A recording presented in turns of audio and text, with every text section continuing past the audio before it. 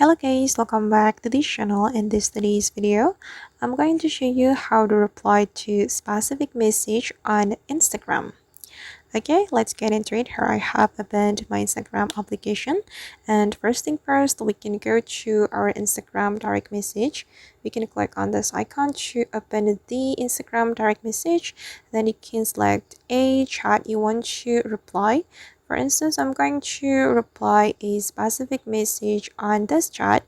Then we can just open it, and I'm going to reply this message. For example, if once you do that, we can tap and hold on the message we want to reply.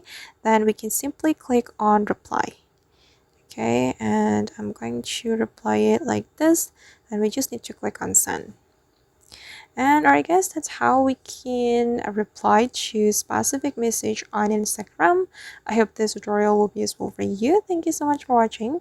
And if you found this tutorial useful, don't forget to like, comment, share, and also subscribe to this channel. See you in the next video.